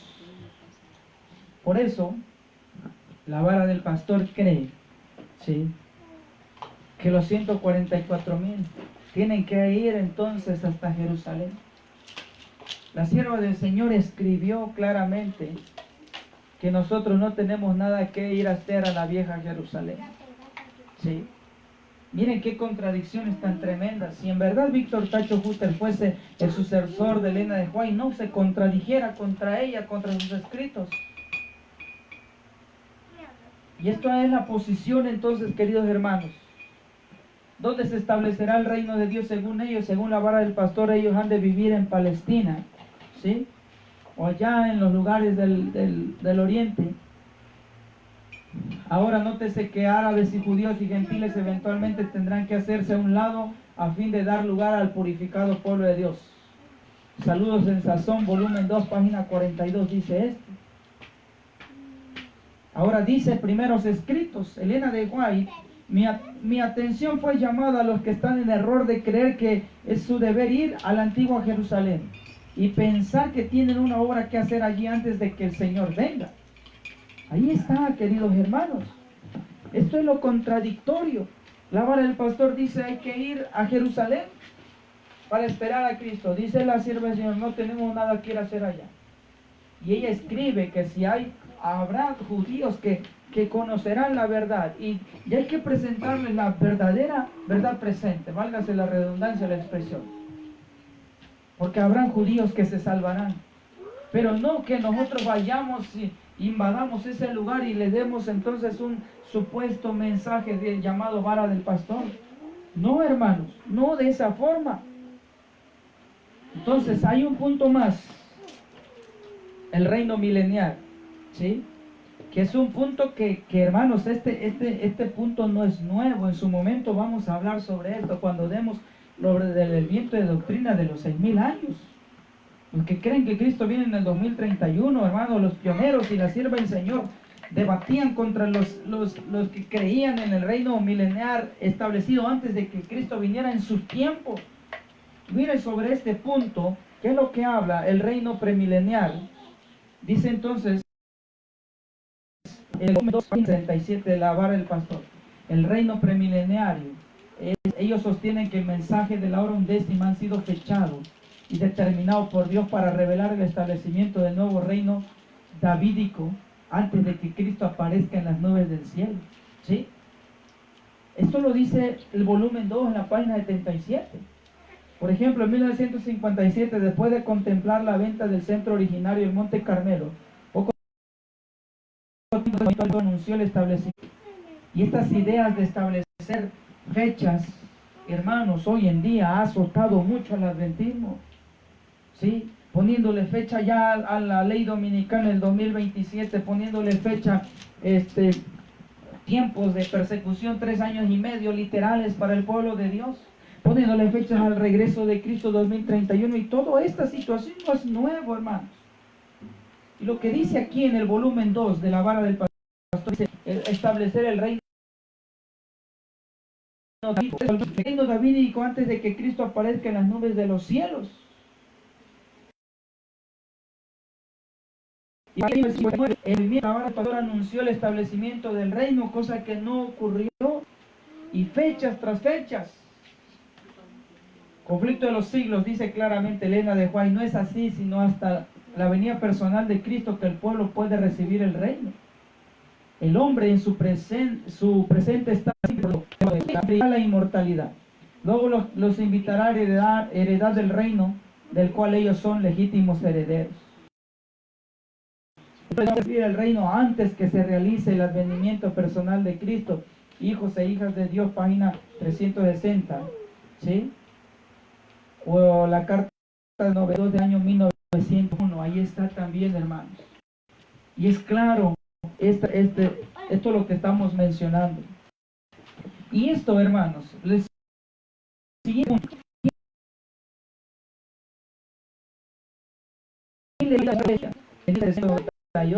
Y lo sabemos muy bien como adventistas.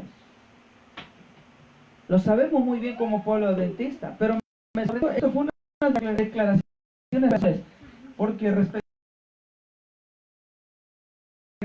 a cuando por aquí nosotros escuchábamos del movimiento de la vara del pastor. Pero algo que me sorprendió cuando me tocó la oportunidad de platicar con ellos es la declaración acerca de la herida de muerte. En el primer tema leímos lo que Víctor Tacho Hutter explica, diciendo que el papado no representa a la bestia, es algo tremendo. Y después da esta declaración, dice la vara del pastor, volumen 1, página 215. El exilio del Papa Pío VI en 1798 y su muerte en Valencia, Francia, agosto 19, 1799. No fue la herida, dice aquí, ni tampoco la muerte de cualquier otro papa antes o después. Miren nada más la declaración que está diciendo. Entonces, ¿qué fue eso? Solamente cumple Apocalipsis 13:10. El que lleva a cautividad va a cautividad. También el gran periodo profético de los 1260 años de Daniel 7:25. Tampoco fue la elección de otro papa el saneamiento de la herida. Solo fue una señal de que el golpe mortal se había realizado. ¿Y cuándo se había realizado entonces el golpe mortal? Mire lo que dice entonces esta descripción. ¿Quién dio la herida mortal entonces? Note cuidadosamente que la herida mortal no fue impuesta por uno de los 10 cuernos, el cuerno pequeño de Daniel 7:8, después del cual cayeron 3, sino uno de los cuernos hubiese impuesto la herida. Indicaría que sería asestada por un poder civil. Así que se podría dar el criterio a Berthier por aceptar el golpe. Pero puesto que los cuernos no tenían nada que ver con la cabeza, es evidente que el castigo vino de dentro de la cabeza, por lo que Lutero es al único que se le puede dar el crédito por asestar el golpe. La vara del pastor, el volumen 1 de la página 215, ¿sí? Miren lo que está diciendo Víctor Tacho Hutter. La herida de muerte se la dio Lutero. Cuando dio entonces Lutero el golpe de la Reforma, ¿sí? En 1517. Se le conoce, hermanos. Víctor Tacho Hutter dice que la herida de muerte fue dado entonces por Martín Lutero. Oigan, si esto fuera cierto, ¿dónde quedaría entonces la declaración del conflicto de los siglos? Mire lo que dice conflicto de los siglos. La profecía predice la restauración de su poder. Y vio una de sus cabezas como si fuese herida de muerte, y su herida mortal fue sanada, y toda la tierra maravillosa yendo en pos de la bestia. La herida mortal que le fue ocasionada. ¿Y quién dio ese golpe? Pues fue entonces la Francia atea, que Napoleón Bonaparte, mandando a Luis Berthier, llegó hasta el Vaticano y tomó preso al Papa Pío VI, se lo llevó a Francia y murió en el destierro, dice el espíritu de profecía. Después de eso, dice el profeta, su herida mortal fue sanada, y toda la tierra maravillosa yéndose en pos de la bestia. Miren qué contradicciones tan tremendas, queridos hermanos. Y estas contradicciones, hermano, esta precisamente una de las que me llamó la atención en la ocasión que me tocó platicar con estas personas que creen y comparten este viento de doctrina en la vara del pastor. Cuando le sacamos esta cita, prácticamente no supieron qué decir, porque yo les mencionaba, si Víctor Tacho Hutter es el sucesor de Elena de White, no nos pudieron dar una respuesta, hermanos. Conflicto de los siglos además dice lo siguiente: le fue dada autoridad para hacer sus obras 42 meses, dice el profeta. Vi una de sus cabezas como si hubiese sido herida de muerte.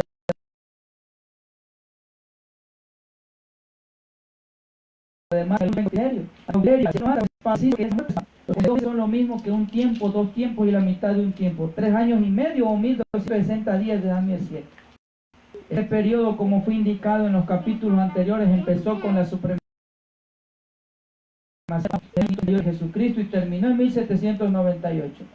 Entonces el Papa fue hecho prisionero por el ejército francés. El poder papal recibió su golpe mortal y quedó cumplida la predicción: si alguno lleva en cautiverio, a cautiverio irá. Es claro el conflicto de los siglos. Sí. Y queridos hermanos, el tiempo ha avanzado entonces, ¿sí? Y vemos entonces esta situación. Vemos esta situación de por qué concluimos y estamos terminando.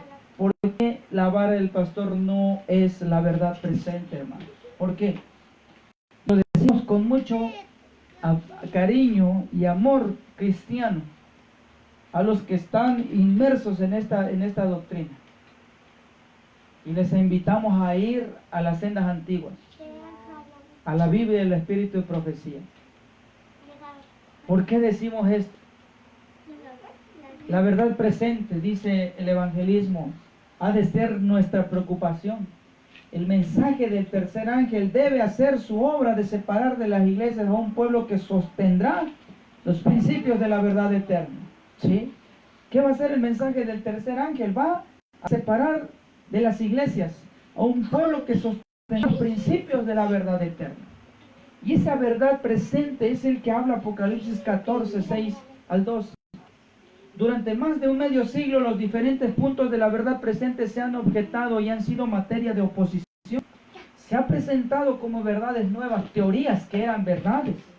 El Espíritu de Dios reveló su error a medida que se presentaban los grandes pilares de la fe. El Espíritu Santo les presentaba su testimonio, especialmente esto es cierto con respecto a las verdades del santuario. Muy repetidamente el Espíritu Santo ha respaldado de una manera notable la predicación de esa doctrina. Pero hoy en día, así como en lo pasado, algunos serán inducidos a idear nuevas teorías y a negar la verdad sobre las cuales el Espíritu de Dios ha colocado su aprobación. Manuscrito 125, año 1907, o el Evangelismo, página 167. y vamos a ir comprobando los diagramas de la vara del pastor con los diagramas de los pioneros. Diagrama de los pioneros 1843, lo que hemos pasado más de una ocasión y lo dimos en uno de los primeros temas, ¿sí? De los vientos de doctrina. Diagrama entonces de la vara del pastor, que incluso también cree las trompetas futuras, hermanos. Está inmerso el futurismo, ¿sí? El futurismo está inmerso entonces en la doctrina de la vara del pastor, así como lo cree el mundo evangélico, así como lo cree el catolicismo, que es doctrina futurista, creada entonces por los jesuitas, ¿sí? Y hemos dado también ese tema, creo que fue en el primer tema de la serie Vientos de Doctrina, si no me equivoco, o pueden buscarlo ahí, sobre el asunto del historicismo. ¿Por qué somos historicistas? Y aquí está el diagrama de 1858, ¿sí? A donde ya se anexa el mensaje de los tres ángeles, Apocalipsis 18, el santuario, que es nuestra doctrina principal.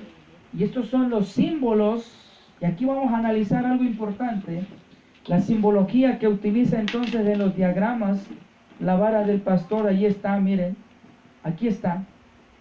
Este es un diagrama cuando ellos explican acerca de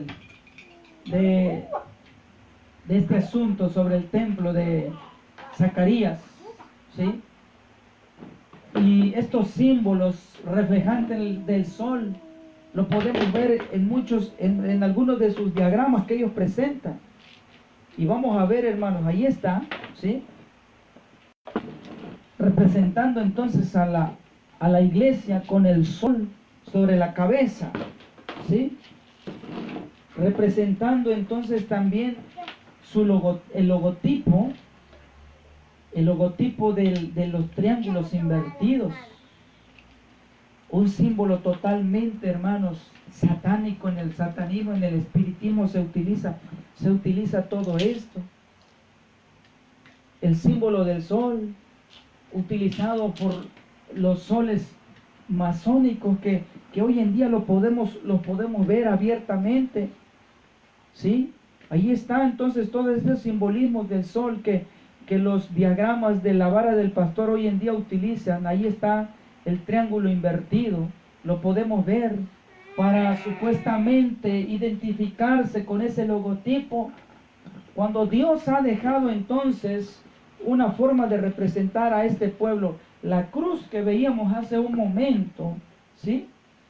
Las estrellas de 6 picos, de 5 picos, y todos estos símbolos que utilizan en los materiales de la vara del pastor. Entonces prácticamente, déjenos decirnos, hermanos, que son símbolos relacionados al Baphomet, de estrellas de 5 picos, estrellas de invertidas, el pentagrama, ¿sí? 2 triángulos invertidos, símbolos totalmente entonces que Dios no está aprobando, que hoy en día está siendo arrastrado entonces el movimiento de la vara del pastor.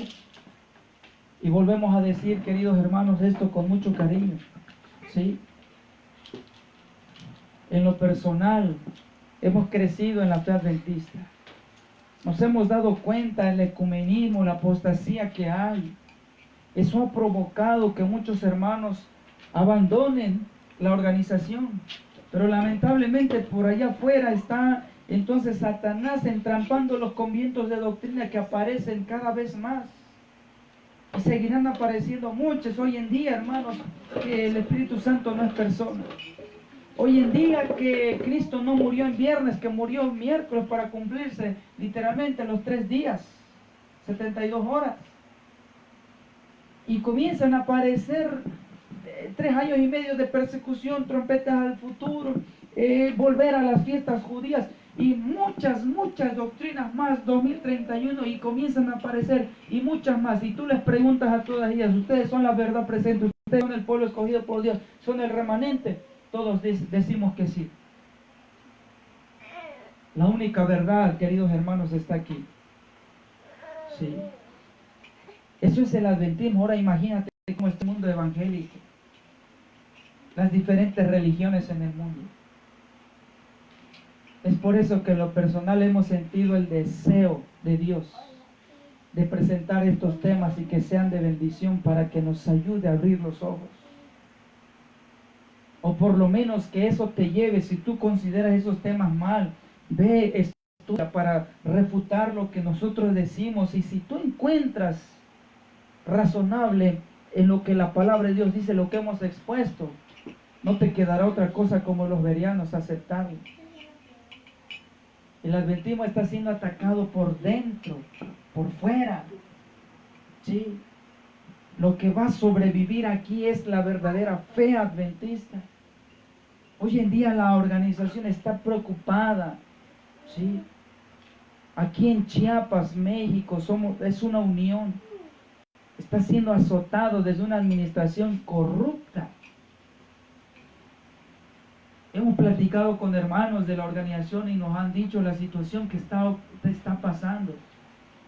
Y yo les digo, pues no nos sorprenda, lo que nos debe de sorprender es la doctrina está siendo trastornada, está siendo cambiada. Y Dios quiera, queridos hermanos, que en este día el Espíritu Santo pueda tocarnos y movernos. Mover nuestros corazones, nuestros pensamientos de ir a las sendas antiguas y buscar la información por nosotros mismos, el tener el espíritu de los bereanos. Que Dios pueda bendecir entonces su palabra, hermanos, en este día y pueda quedar en cada uno de nosotros. Vamos a terminar esta parte y vamos a entonar las estrofas del himno número 470. 470 y vamos a colocarnos de pie. Hoy es sábado glorioso.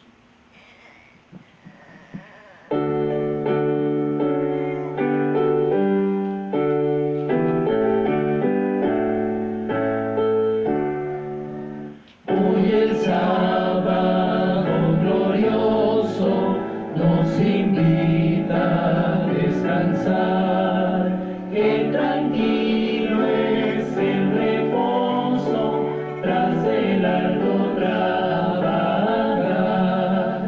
Dios que el día nos señala con mil pruebas de su amor. Santo sábado lo llama, es el día del Señor. Para el hombre fue apartado en la misma creación.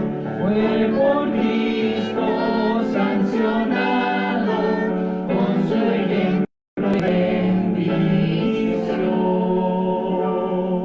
Amén. Vamos a doblar nuestras rodillas para tener la palabra de Dios. Padre nuestro que estás en los cielos, santificado es tu nombre. Señor, en nuestro corazón está una esperanza de un día, Señor, pertenecer al reino de los cielos. Un reino que será establecido muy pronto en la venida de Cristo Jesús en las nubes de los cielos. Eterno Padre, hoy en día luchamos contra doctrinas que azotan la fe que tú nos has dejado como herencia, como un legado, lo han dejado establecido por medio de los pioneros. Hoy, Señor, el adventismo está siendo atacado por muchas formas, muchas maneras, pero Señor, tú tendrás siempre un remanente que estará firme delante de ti. Señor, si nosotros hemos hallado gracia ante tus ojos, permítenos formar parte de ese grupo, de ese pueblo verdadero. Y por nuestros hermanos te lo pedimos y te suplicamos también, no porque en nosotros haya méritos o que podamos interceder por ellos, sino sea Cristo que interceda por tu pueblo. Que haya un verdadero despertar, un verdadero reavivamiento y reforma dentro de tu pueblo escogido en este tiempo, que tan necesario es, Padre eterno. Que haya un fervor como el día de los apóstoles, como el día de los reformadores de la Edad Media, como el día de los pioneros adventistas. Que se vuelva a repetir, Señor, ese mismo fervor en esta última generación. Bendice pues tu mensaje, tu verdad presente, tu verdadero mensaje de verdad presente para este tiempo. Acompáñanos, Señor, durante este día santo, que sea una bendición estar contigo. En el nombre de Jesús te lo pedimos. Amén, Señor. Amén.